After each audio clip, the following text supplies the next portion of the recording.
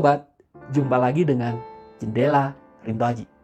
Jendela di mana kita bisa melihat keluar dan ke dalam dari berbagai perspektif, sehingga kita bisa berbagi pengalaman, pengetahuan, dan praktek terbaik untuk kemajuan kita bersama. Sebelum mulai video ini, jangan lupa subscribe, like, dan berikan komen terbaik Anda, sehingga saya bisa berbenah lebih baik. Pada video pertama, kita membahas dan mengupas fokus, yaitu kemampuan berpikir dan bertindak efektif dalam langkah-langkah mewujudkan tujuan kita. Sekarang, kita masuk pada langkah kedua, pengembangan diri menuju pribadi yang efektif, yaitu membangun disiplin diri. Ya, disiplin. Ada 3 pertanyaan yang relevan berkaitan dengan disiplin. Yang pertama, mengapa sikap disiplin diri itu penting buat kita? Berikutnya, bagaimana kalau kita tidak disiplin dalam kehidupan kita? Dan pertanyaan yang terakhir adalah, bagaimana kita membangun sikap disiplin? Mari kita mengulas seputar 3 pertanyaan relevan tersebut. Mengapa sikap disiplin itu penting buat kita? Secara umum, ketika kita bicara masalah disiplin, kita dapat mengatakan bahwa salah satu kebiasaan baik dalam pola hidup masyarakat yang di dalamnya melingkupi kepatuhan, tanggung jawab, menghargai waktu, materi, segala hal yang berkaitan dengan kehidupan, jika diterapkan secara konsisten, akan membantu kita menuju gerbang kesuksesan. Lebih detailnya, kita bisa mengatakan bahwa semua hal yang menjadi tuntutan, aturan, ketentuan, persyaratan, standar, norma, agama dilaksanakan dengan konsisten dan penuh tanggung jawab akan membentuk karakter yang memiliki integritas, kejujuran, respek, serta etika yang tinggi, di mana itu semua merupakan nilai-nilai disiplin. Ada pepatah mengatakan, orang hidup memang bukan untuk peraturan, tetapi setiap orang pasti membutuhkan peraturan untuk memudahkan urusan hidupnya. Bukan begitu, sobat? Ketika kita melihat suatu gambar, setiap orang punya interpretasi yang berbeda dari gambar tersebut. Jawaban terbanyak adalah tengkorak dan seorang wanita cantik sedang bersolek. Sebetulnya, perbedaannya ada pada bagaimana cara kita melihat gambar itu. Sama seperti dengan bagaimana cara kita melihat disiplin. Ketika kita melihat disiplin sebagai suatu yang memberatkan atau beban, maka hal itulah yang akan terjadi, menjadi beban. Kita akan merasa berat sekali untuk menjalankan tujuan kita dengan disiplin. Berbeda jika kita melihat disiplin merupakan tindakan-tindakan yang diperlukan untuk mencapai tujuan, maka disiplin tidak akan membebani kita, malah membantu kita. Seorang yang disiplin mengerti bahwa hanya ada satu tujuan akhir yang akan dicapai, yaitu apa yang saya inginkan terjadi dalam hidup saya. Disitulah pentingnya disiplin buat kita. Pilihan ada pada Anda.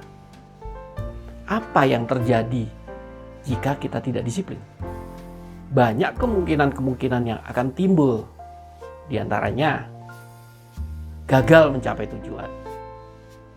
Ya, gagal dengan tujuan kita.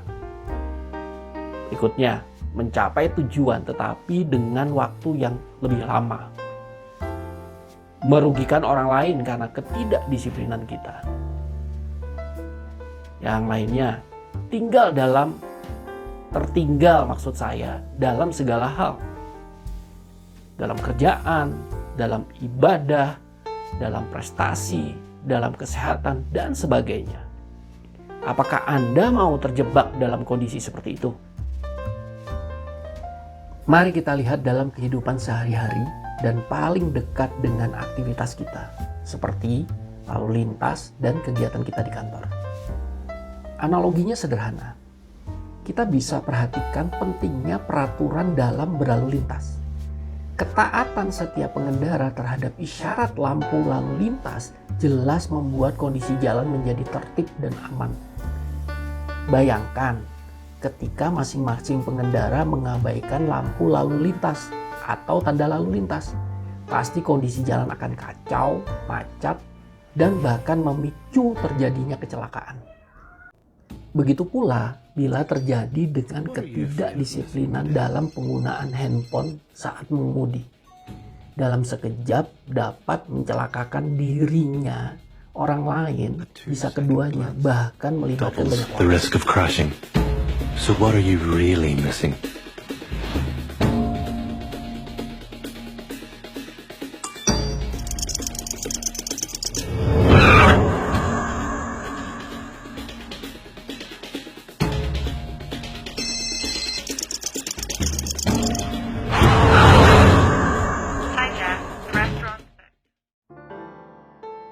Ketidakdisiplinan di kantor akan sangat mudah kita lihat dengan membandingkan antara karyawan yang disiplin dan tidak disiplin.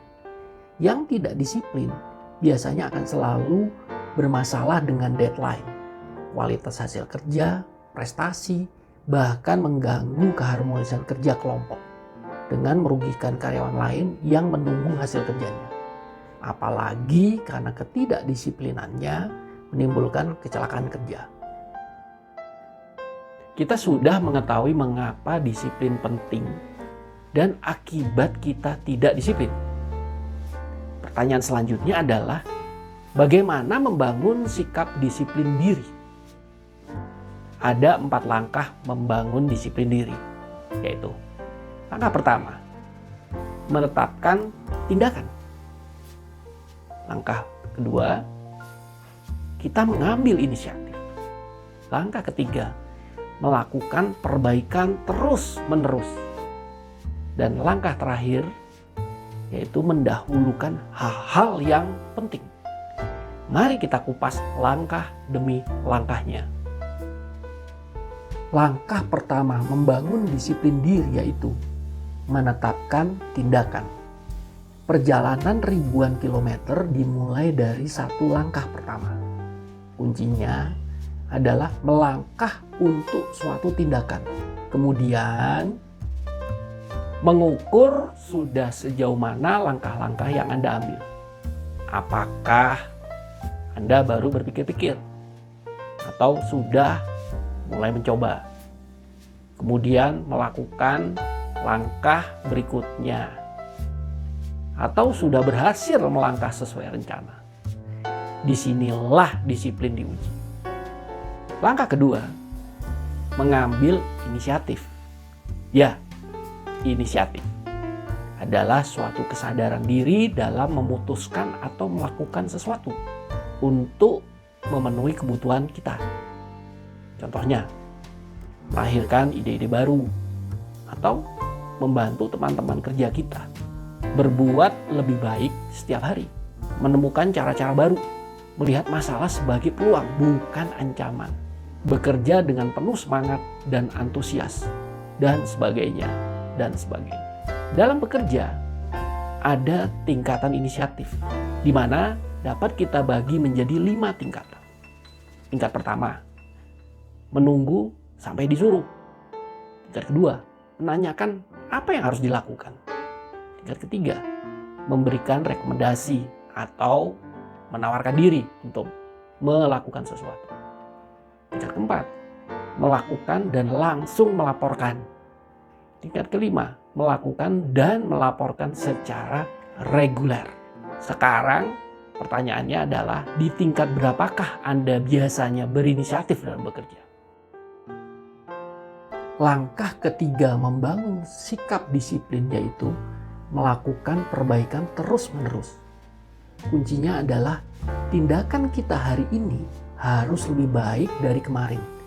Tindakan kita esok hari harus lebih baik dari hari ini. Bisa kita terapkan dalam kehidupan kita. Seperti memperbaharui segala sesuatu yang memang harus diperbaharui. Agar tidak tertinggal dari kemajuan yang ada. Di antaranya HP kita yang selalu minta diupdate dari waktu ke waktu. Kemudian dalam melakukan target kerja, maka kita harus membuat langkah-langkah seperti perencanaannya, bagaimana melakukannya, memeriksa hasilnya, yang dilanjutkan dengan melakukan perbaikan, penyesuaian, pengembangan, sampai membuat rencana kembali secara reguler dari waktu ke waktu. Langkah keempat, membangun sikap disiplin diri, yaitu memprioritaskan hal-hal yang penting dalam kehidupan kita. Dalam manajemen waktu, kita mendahulukan kegiatan-kegiatan penting tetapi tidak genting, yang menunjang visi dan misi kita. Dapat dilihat dalam kuadran kedua gambar matriks. Di antaranya, kegiatan persiapan, kegiatan pencegahan, perencanaan, membangun hubungan, bahkan rekreasi untuk keseimbangan dalam kehidupan kita.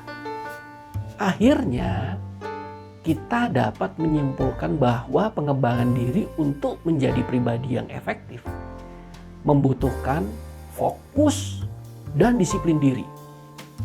Sehingga kita mempunyai kemampuan berpikir dan bertindak efektif secara disiplin agar apa yang kita inginkan akan terjadi dalam kehidupan kita. Keputusan akan disiplin atau tidak ada dalam tangan Anda. Selamat jumpa dengan episode berikutnya. Salam super dan tetap semangat.